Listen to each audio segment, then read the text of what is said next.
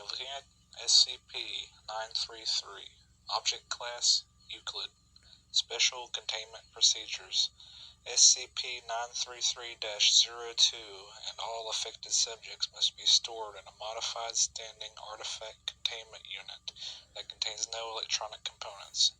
All personnel guarding SCP-933-02 and affected subjects must be equipped with standard assault rifles, a high-caliber sidearm, Class 3 magnesium flares with an active duration of no less than 20 minutes, and protective goggles.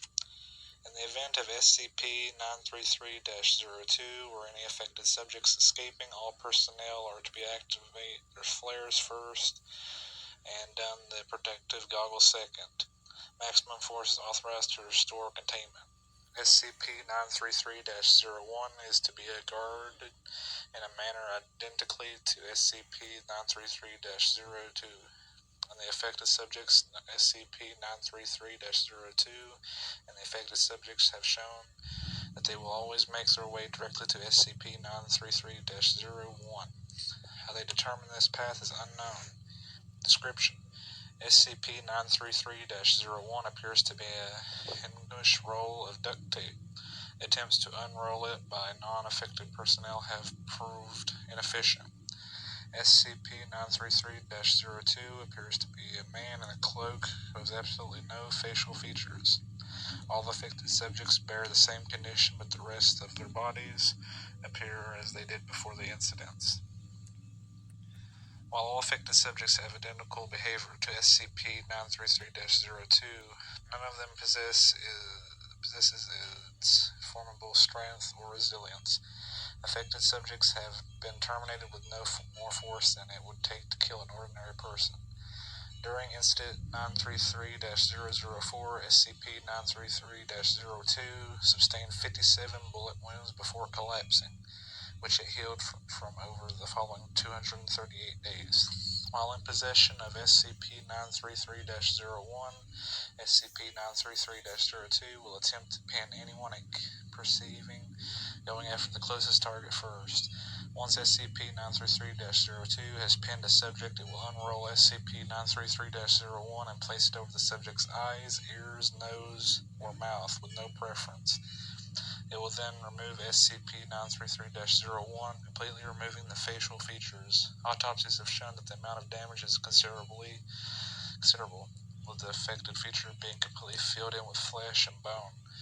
SCP-933-02 will continue to do this until it is stopped or all facial features are removed, at which point the subject is to be treated the same as the other affected subjects. Subjects affected with SCP-933-01 will experience a strong compulsion to acquire SCP-933-01. This compulsion is augmented by the unexplained mechanism allowing them to locate SCP-933-01 at long distances. For reasons unknown, SCP-933-02 has shown that it is unable to perceive living things that are within 1 meter of the 100-lumen light source. This range increases with the brightness of the light source.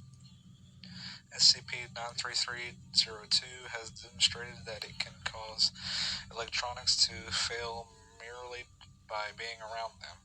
This ranges from electronic lights losing power to electronic locks failing in the locked position. The extent of this ability is not known.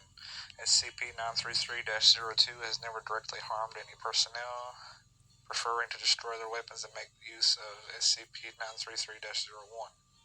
Addendum. Partial victims have never come into contact with SCP-933-01 and are transferred to any other facility immediately. All partial victims that have remained at the facility have become obsessed with the idea that if they could handle SCP-933-01, they could get their facial features back.